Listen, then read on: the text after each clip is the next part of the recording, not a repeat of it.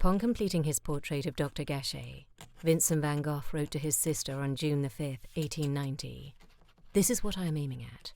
I should like to paint portraits which would appear after a century to people living then as apparitions."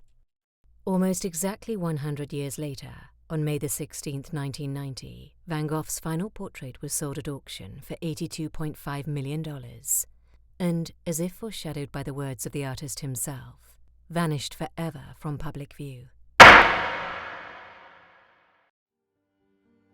Portrait of Dr. Gachet was painted by Dutch artist Vincent van Gogh in June 1890 at Auvers, a month prior to the artist's death.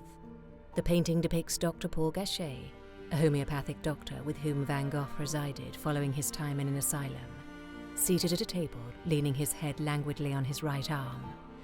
Below his elbow, a carefully composed still life of a red table, yellow books, and foxglove flower.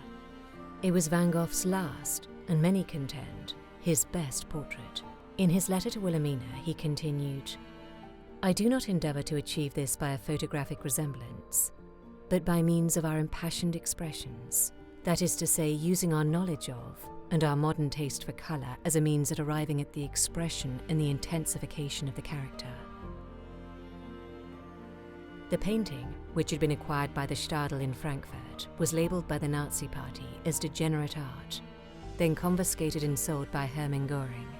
It would eventually find its way to auction in May 1990, where it was sold to Japanese businessman Ryōei Saito for a then record $82.5 million.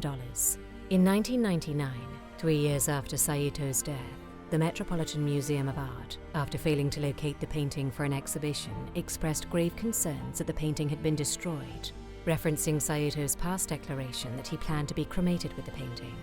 8 years later, it was revealed that upon encountering legal troubles, Saito had in fact sold the painting to Austrian businessman Wolfgang Flörtl.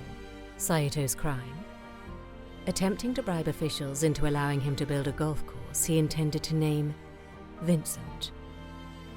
Years later, Flörtl too was forced to sell the painting after encountering his own legal and financial difficulties.